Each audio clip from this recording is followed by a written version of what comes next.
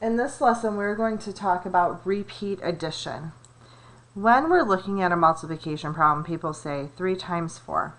Okay, that's correct, but it's also known as 3 groups of 4. So if I have 3 groups, that means there's 4 in each group. So I have 3 fours. So if I drew that out, here's 3 groups with 4 in each group. So how would I write the repeat addition for that? Well, I have 4 plus 4 plus 4.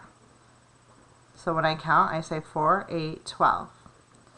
So for repeat addition, I need to pay attention. What is it saying first? 3 groups of 4. Yes, commutative property means that you can switch it, but if it's specifically asking for 3 times 4 and it wants the repeat addition for that, you need to show it as 3 groups of 4.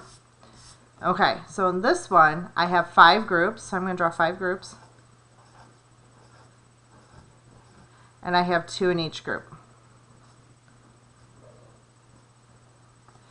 So that means I have 5 groups of 2. I have 5 2s. So what's my repeat addition going to show?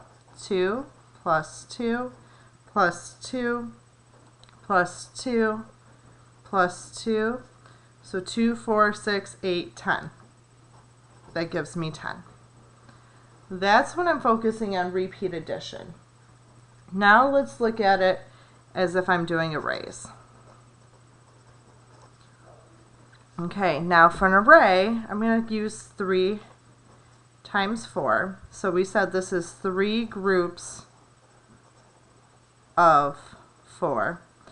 Now this is 3 rows of 4. Now remember, rows go across, columns go up and down. So I'm saying I have 3 rows and I have 4 in each row. So here's my first row. I'm going to make sure I have 4. Second row, I have 4. Third row, I have 4. So if I'm looking for an array for 3 times 4, I need 3 rows with 4 in each of them. Again, you can count by 4s. 4, 8, 12. And that would give me my answer of, or product of 12. So let's look at 5 times 2, which would also be known as 5 groups of 2. Okay? Or I'm sorry, 5 rows of 2. Okay, so that means I need 5 rows, 2, 3, 4, 5, and I need 2 in each row. So I can count my rows to get my final product. 2, 4, 6, 8, 10. So 5 times 2 equals 10.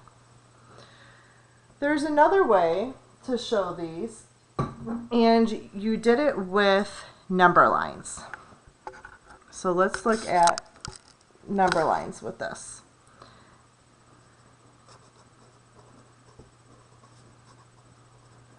So if I'm looking at 3 times 4, that means I need 3 hops of 4. So I'm going to have my number line. Of course, I'm going to start at 0. Okay, so my first hop, I'm going to hop 4. That gets me to 4. Another hop gets me to 8. And another hop would get me to 12. So I am skip counting by 4s. 4, 8, 12. I have 3 hops, 1, 2, 3, 4 in each hop. So that would get me to my final product of 12. Okay, now if I did that with my 5 times 2, okay, that is 5 hops of 2. Let me draw my number line. I'm going to start at 0. And I need to make 5 hops. This time I'm just going to draw the hops really quick. 1, 2, 3, 4, 5. And what am I counting by? Each of my hops is worth 2. So 2, 4, 6, 8, 10. So these are the different ways to represent. We drew our groups of up here, and we did repeat addition with that. Then we have arrays, which is rows of, and then at the bottom we have our number lines, which is hops of. So these are the different ways to represent multiplication.